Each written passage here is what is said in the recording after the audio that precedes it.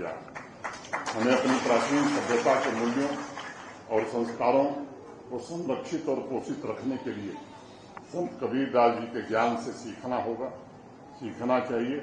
हमें जम्मू कश्मीर के हर नागरिक तक इस संदेश को पहुंचाने की कोशिश करनी चाहिए और यहाँ की नई पीढ़ी में इन मूल्यों को कैसे विकसित किया जा सके, इसे और कैसे सुदृढ़ किया जा सके, इसका प्रयत्न हम सबको मिलकर करना चाहिए।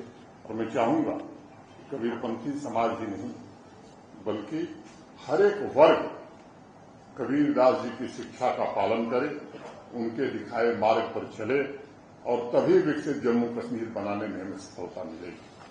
भारत सदियों से विभिन्न धर्मों के साधकों का घर रहा है।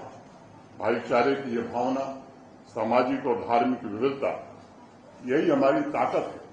इन विशेषताओं को समाज द्वारा शुद्ध मन से निरंतर कैसे हम पोषित करें, इसे हमें जानने और समझने की आवश्यकता है। मन ऐसो निर्मल भया जैसा गंगा नीर, पाछे पाछे हरि फिरे कहत कबीर कबीर। कबीरदास जी कहते हैं कि शुद्ध मन में अगर गृहस्थ अपने कार्य में लीन है तब परमात्मा स्वयं उसे ढूंढते ढूंढते उसके पास पहुंच जाते। ऐसी साधना में लीन होकर हमें सांप्रदायिक सद्भाव को भी बनाए रखना है, जातिवाद को भी समाप्त करना है और संत कबीरदास जी जैसे महापुरुष के आदर्श की भी रक्षा करनी है।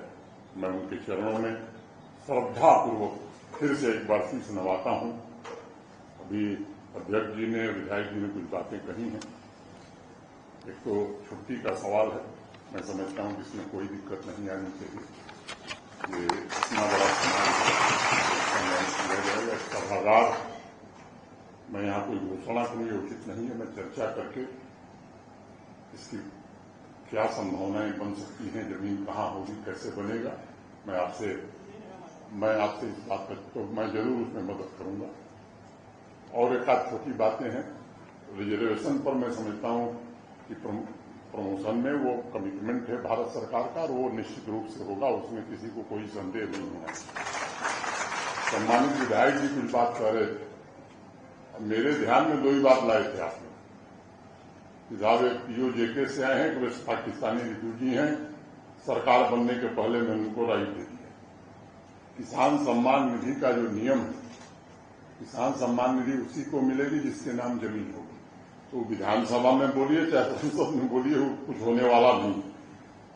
अब ये काम मेरे अधिकार क्षेत्र के बाहर हो गया, इसलिए ऐसी कोई बात कहना, सरकार चुनी हुई सरकार है, विधानसभा में आप लोग उठाइए, आप लोग उसके लिए संघर्ष करिए। मैं समझता हूं जहां तक कृषि और किसानों का सवाल है तो मैं एक बात केवल कहना चाहता हूं। 2022 होलिस्टिक एग्रीकल्चर डेवलपमेंट नाम जम्मू कश्मीर में जो बना था, मैं बहुत जोर देकर के जिम्मेदारी से बात कर रहा हूं, हिन्दुस्तान के किसी राज्य में कृषि और किसानों के लिए ऐसा प्लान नहीं बना। जो बजट था जम्मू कश्मीर का, उसके अलावा 5013 करोड़ रुपए HADP में और वर्ल्ड बैंक से 1879 करोड़ रुपए, ये दो प्रोजेक्ट हमने सैंक्शन की। 29 प्रोजेक्ट, और वो प्रोजेक्ट कोई साइडों में नहीं, एक दूसरे से कनेक्टेड, जम्मू कश्मीर की जरूरतों को ध्यान में रखते हुए। जैसे फाडर की डेफिसिट है, 40% फाडर होता है, तो उसमें 80% हम कैसे पहुंचेंगे। मिल्क डेफिसिट स्टेट था, मिल्क सरप्लस हम होने जा रहे हैं। 35,000 लीटर मिल्क की प्रोसेसिंग होती थी, आज 2,20,000 लीटर पर डे की प्रोसेसिंग हो रही है, ये आने वाले दिनों में और बढ़ेगा। तो ये 29 प्रोजेक्ट जम्मू कश्मीर में, मैं केवल एक बात कहना चाहता हूं कि जम्मू कश्मीर की GDP में एग्रीकल्चर और एलाइड सेक्टर, मैंने हार्टिकल्चर, डेयरी, फिशरी, सेरिकल्चर, इनका जो योगदान है इस प्रोजेक्ट के इम्प्लीमेंटेशन के बाद कम से कम 2.5 गुना योगदान एग्रीकल्चर और एलाइड सेक्टर का होगा। उसमें मैं जानता हूं कि 70% लोग जम्मू कश्मीर के करीब 13 लाख परिवार हैं जो एग्रीकल्चर और एलाइड एक्टिविटी पर जीवित हैं। उसमें 2,62,000 ऐसे फार्मर हैं जो मार्जिनल फार्मर हैं। मार्जिनल फार्मर्स के लिए विशेष ध्यान उसमें रखा गया है। समय नहीं जिस पर मैं विस्तार से बोलूं। कल कृषि विकसित भारत कृषि अभियान का समापन था, वहां मैंने काफी विस्तार से बात कही है। तो मुझे लगता है कि पिछले 11 वर्षों में आदरणीय प्रधानमंत्री जी के नेतृत्व में किसानों और कृषि की दशा बहुत बदली।